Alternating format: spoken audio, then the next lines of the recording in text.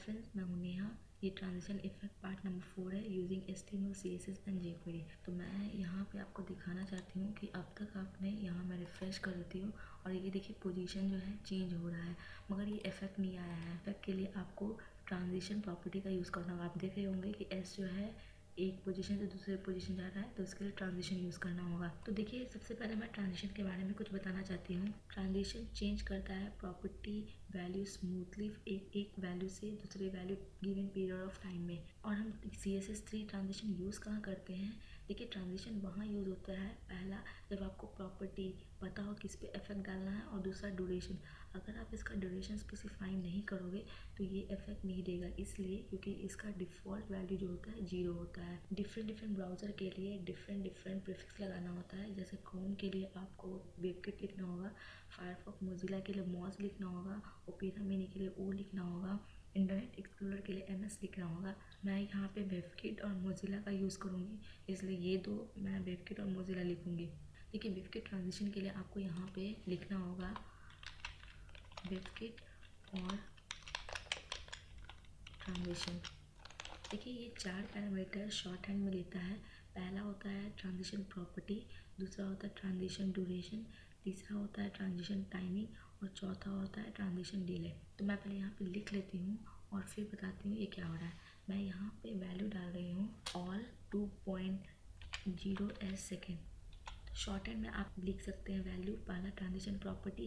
देखिए, प्रॉपर्टी क्या करता है, स्पेसिफाई करेंगे वहाँ पे CSS प्रॉपर्टी कि किस पे इफेक्ट डालना है। आप यहाँ पे बैकग्राउंड पे डाल सकते हैं, विड्थ पे डाल सकते हैं, हाइट पे डाल सकते हैं, जिस पे ही डालिएगा आप वहाँ पे सबसे पहला जो होगा प्रॉपर्टी यहाँ पे आपको लिखना होगा। मैं सब पे डाल रही हूँ, इसलिए मैं यहाँ पे ऑल लिख रही हूँ। सेकेंड जो होता है, आपको ट्रांजिशन ड्यूरेशन डालना होगा कि कितने सेकेंड के लिए। तो ये ऑल हो गया प्रॉपर्टी के लिए। नेक्स्ट ड्यूरेशन हो गया, तो मैं यहाँ पे आप ड्यूरेशन डाल सकते हैं, तो यहाँ मैं ड्यूरेशन डाल रही हूँ। नेक्स्ट होता है ट्रांजिशन टाइमिंग, कितनी स्पीड के लिए होगा, तो इसका जो वैल्यू होगा ईज ले सकते हैं आप। ईज मतलब होता है EASE। इसका मतलब होता है कि आप जो इफेक्ट जो है स्लोली स्टार्ट कीजिएगा, उसके बाद फास्ट हो जाएगा, उसके बाद स्लो हो जाएगा, ये डिफ़ॉल्ट होता है। नेक्स्ट ट्रांजिशन डिले होता है, कितने सेकेंड के लिए डिले डालना है। तो मैं यहाँ पर अभी के लिए सिर्फ ऑल और प्रॉपर्टी और यहाँ पे ड्यूरेशन डाल रही हूँ। देखिए, ड्यूरेशन ज़रूर डालें क्योंकि ये इफेक्ट आपको नहीं दिखेगा अगर आप यहाँ पे ड्यूरेशन नहीं डालते हैं। तो ये हो गया क्रोम के लिए। तो मैं यहाँ पे मोजिला के लिए लिख लेती हूँ, और मोजिला के लिए आपको MOZ लिखना होगा। मोजिला के लिए फायरफॉक्स के लिए मैं MOZ लिख लेती हूँ, और नेक्स्ट जो होगा वो नॉर्मल के लिए भी डाल देती हूँ कि अगर ये किसी सपोर्ट नहीं करता होगा तो ये सपोर्ट कर ले। तो ट्रांजिशन ऑल हो गया। इसे सेव कर लें और यहाँ हम इफेक्ट चेक करते हैं कि ये काम कर रहा है नहीं। तो देखिए, अब हम होवर करने पे ये सारा S जो है वो होवर करने पे पोजीशन चेंज कर रहा है और ये इफेक्ट भी डाल रहा है। अब रिसेंट होवर के अंदर जो यहाँ पे आप देख सकते हैं, ये रिसेंट होवर के अंदर जो एंकर टैग है उसे डालते हैं। तो मैं यहाँ से कॉपी कर लेती हूँ और यहाँ मैं पेस्ट कर दे रही हूँ। इसके अंदर जो A टैग है उसे मैं स्टाइल कर रही हूँ। पहला मैं इसका विड्थ सेट कर लेती हूँ, मान लीजिए 151 पिक्सल हो गया। नेक्स्ट पैडिंग डाल देती हूँ 167 पिक्सल और 57 पिक्सल। देखिए, जब दो वैल्यू देता है तो पहला टॉप और बॉटम के लेता है और ये लेफ़्ट और राइट के लिए ले रहा है। नेक्स्ट पोजीशन डाल देती हूँ पोजीशन एब्सोल्यूट। देखिए, पोजीशन जो है आप बहुत तरीके से डाल सकते हैं। यहाँ पे मैं पोजीशन एब्सोल्यूट यूज़ कर रही हूँ। रिलेटिव होता है, स्टैटिक होता है, फिक्स्ड होता है, तो यहाँ हम एब्सोल्यूट यूज़ कर रहे हैं। देखिए, एब्सोल्यूट क्या करता है, absolute position with respect to parent element या ब्राउज़र विंडो के रिस्पेक्ट में चेंज करता है। तो ये देखिए, रिसेंट होवर ए का हम डाल रहे हैं ना, तो एक इसका एलिमेंट कौन है, पेरेंट एलिमेंट, तो ये है रिसेंट होवर, तो इसके रिस्पेक्ट में ये चेंज करेगा, तो इसलिए मैं पोजीशन एब्सोल्यूट दे रही हूँ। देखिए, पोजीशन तभी चेंज होगा जब आप टॉप लेफ़्ट राइट बॉटम का यूज़ करते हो, नहीं तो पोजीशन का कोई चेंजेस आपको नहीं पता चलेगा। तो मैं यहाँ पे टॉप का यूज़ कर रही हूँ। मैं लिख लेती हूँ टॉप 26%। कलर डाल देती हूँ हैज़ FFF क्या करता है, वाइट कलर का हो जाएगा, और यहाँ पे लिख देती हूँ डिस्प्ले ब्लॉक। देखिए, ये डिस्प्ले ब्लॉक अभी हम यूज़ कर रहे हैं, जबकि ये डिस्प्ले नन हम यूज़ करेंगे, क्योंकि पहले हम क्या चाहते हैं कि ये नहीं दिखे और होवर करने पर के बाद दिखे। ये होवर करने के बाद हम JS फाइल में करेंगे, इसलिए अभी के लिए मैं ब्लॉक कर देती हूँ। ठीक है, इसे सेव कर ले और यहाँ मैं रिफ़्रेश कर देती हूँ, तो ये देखिए इसके नीचे आ गया। आप सोचेंगे कि ये यहाँ पर जो है आप देख सकते हैं यहाँ पे होवर करने के बाद व्यू ऑल इमेजेस दिख रहा है, और यहाँ तो पहले से ही आपका व्यू ऑल इमेजेस दिख रहा है। ये ऐसा इसलिए हो रहा है क्योंकि अभी तक हमने फेडिंग इफेक्ट इसके अंदर नहीं डाला है, जो कि GS फाइल में होगा। तो अब चलिए इस बटन को बनाते हैं। तो यहाँ मैं कमेंट कर लेती हूँ और यहाँ लिख लेती हूँ ये बटन के लिए प्रॉपर्टी, बटन के लिए स्टाइल डाल रही हूँ, और यहाँ पे चेक करते हैं कि इसका क्लास का नाम क्या है। देखिए पहला बटन रिसेंट है। बटन रिसेंट में क्या करेंगे, जितना भी आपका जनरल जो बटन का विड्थ हाइट सेट करना होगा वो करेंगे। तो यहाँ डॉट क्लास लिख लेती हूँ, और इसके अंदर हम सबसे पहले इसका विड्थ सेट कर लेते हैं। मान लीजिए विड्थ जो है 66 पिक्सल कर देती हूँ। नेक्स्ट हाइट जो है वो फिक्स कर देती हूँ, और हाइट मान लीजिए 48 पिक्सल डाल दे रही हूँ।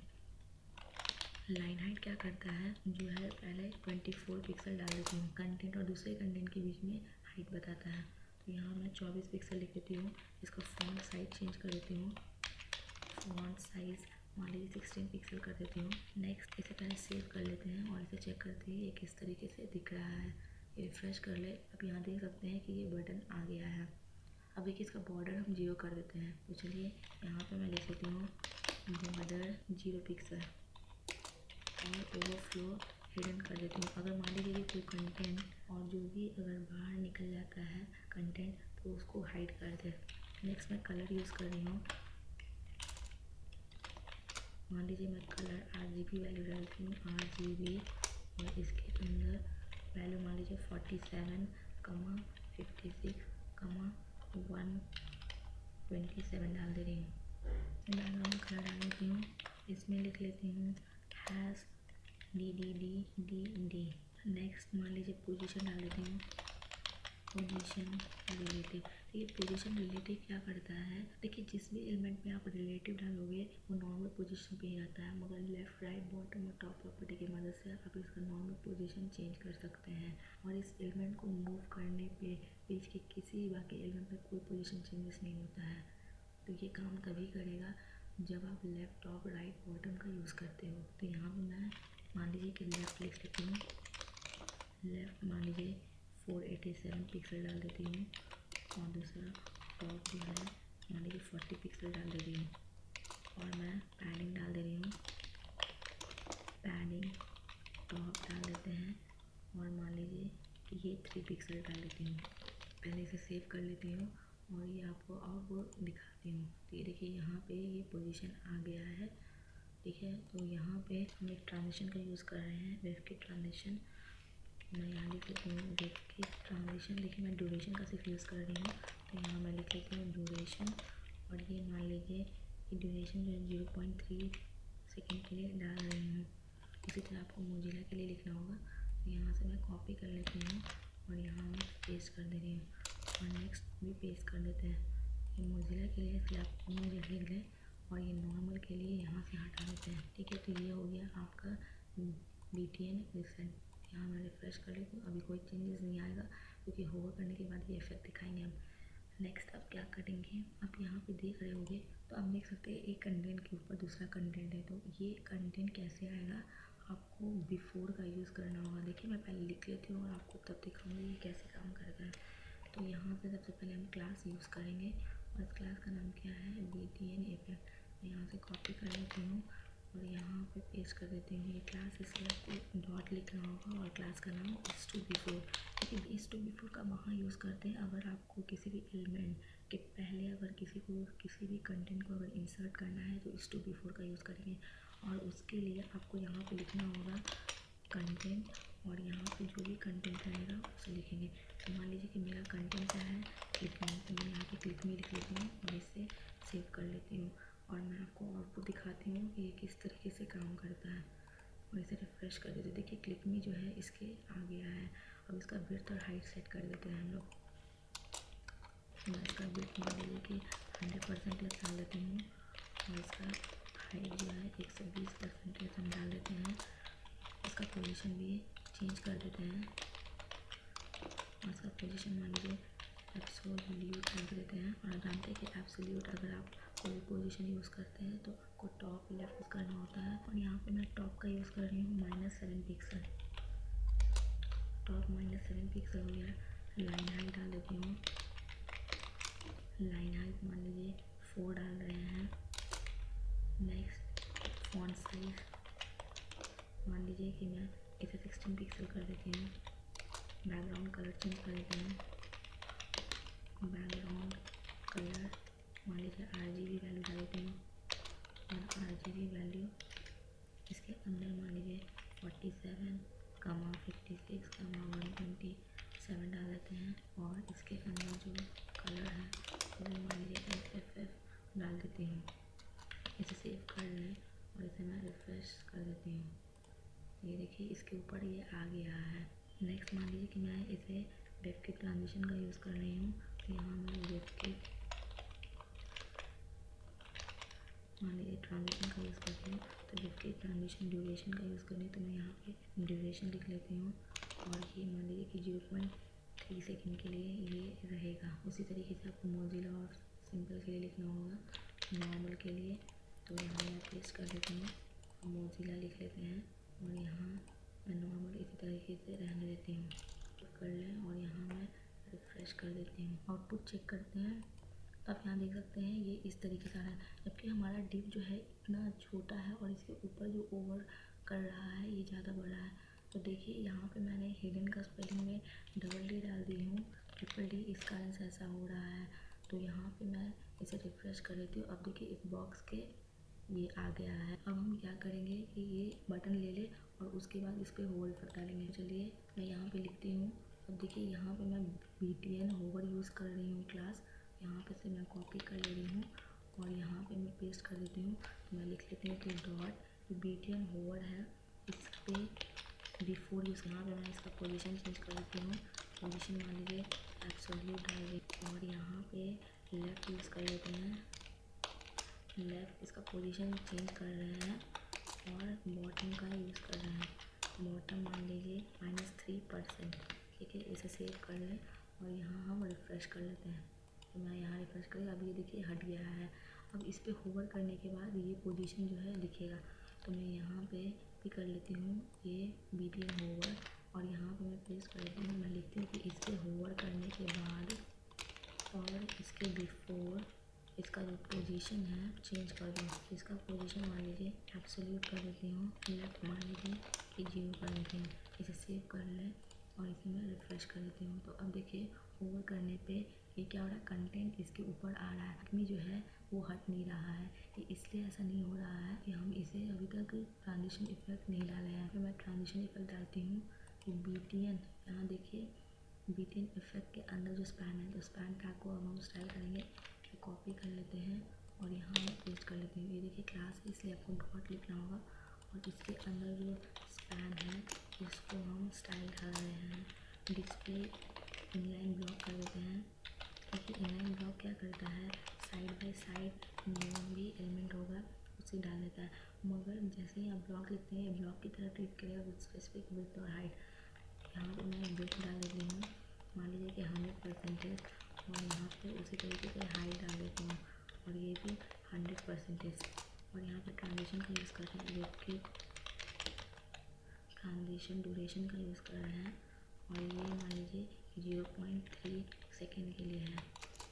और यहाँ से मैं इसे कॉपी कर लेती हूँ और इसमें पेस्ट कर ले रही हूँ। देखिए ये मोजिला के लिए, इसलिए मोज लिखेंगे, इसी तरीके से ट्रांजिशन रहने पड़ रहे हैं, और यहाँ पे मैं रिफ्रेश कर देती हूँ। ठीक है, ये अभी ये आप देख सकते हैं अभी भी कोई चेंजेस नहीं आ रहा है और ये ऊपर चला गया। तो सबसे पहले इसे ठीक कर लेते हैं, और यहाँ पे जो आपने पैडिंग डाला है उसे मैं चेंज कर लेते हैं। तो आप देख सकते हैं पैडिंग टॉप जो है 11 पिक्सल की, 3 की जगह हम 11 डाल देते हैं, और इसे मैं रिफ्रेश कर देती हूँ। तो ये देखिए आ गया है। अभी भी आप देख रहे होंगे कि ये जो क्लिक में है ये हट नहीं रहा है। तो ये हम क्या करेंगे कि इस पर होवर करने के बाद, BTN होवर करने के बाद इसका पोजीशन है ट्रांसलेट कर दूँगी। मैं यहाँ लिख लेती हूँ BTN होवर करने के बाद इसके अंदर जो स्पैन है उसे ट्रांसफॉर्म क्या करता है, ट्रांसलेट, रोटेट, स्केल कर सकते हैं। इसका मतलब कि एलिमेंट का शेप, साइज, पोजीशन चेंज कर सकते हैं। तो यहाँ हम ट्रांसलेट यूज़ करेंगे। ट्रांसलेट क्या करता है, कोई भी एलिमेंट का करंट पोजीशन एक्स और वाई एक्सेस के रिस्पेक्ट में चेंज कर। तो मैं यहाँ लिख लेती हूँ, आपको लिखना होगा विपरीत ट्रांसफॉर्म, और यहाँ पे ट्रांसलेट एक्स का यूज़ कर रही हूँ। देखिए एक्स एक्सेस के रिस्पेक्ट में कर रही हूँ, इसलिए ट्रांसलेट एक्स लिखूँगी और इसके अंदर 200% ये हो गया वेबकिट के लिए। अब हम मोजिला के लिए डाल देते हैं यहाँ पे, और यहाँ लिख लेते हैं, इसे सेव कर लें और इसे मैं रिफ्रेश कर लेती हूँ और आपको दिखाती हूँ। देखिए अब ये जो क्लिक में है कंटेंट जो है हट रहा है। देखिए ये इमेज इसलिए चेंज हो जाता है क्योंकि इसका जो विड्थ और हाइट है ये यहाँ तक दिया हुआ इफेक्ट। जब आप इसे कंटेनर का जो विड्थ और हाइट है ये यहाँ तक दिया हुआ है कंटेनर, इस कारण से जब भी आप इस पर क्लिक करते हो तो कभी कभी देखते हो कि ये भी हिल जाता है। जब आप फेडिंग इफेक्ट डालोगे तो वो अपने आप काम करना ठीक कर लेगा। तो जैसे मैं यहाँ पे करती हूँ देखिए, और इसे चेंज करती हूँ तो ये कुछ चेंजेस नहीं होता है। देखिए यहाँ पे होमवर्क करने पे व्यू ऑल इमेजेस आ रहा है। तो उसी तरीके से नेक्स्ट ट्यूटोरियल में हम लोग व्यू ऑल इमेजेस जो आप देख रहे हो इसको जो .js फाइल से बनाएंगे। Thank you so much guys, and don't forget to like, subscribe and share.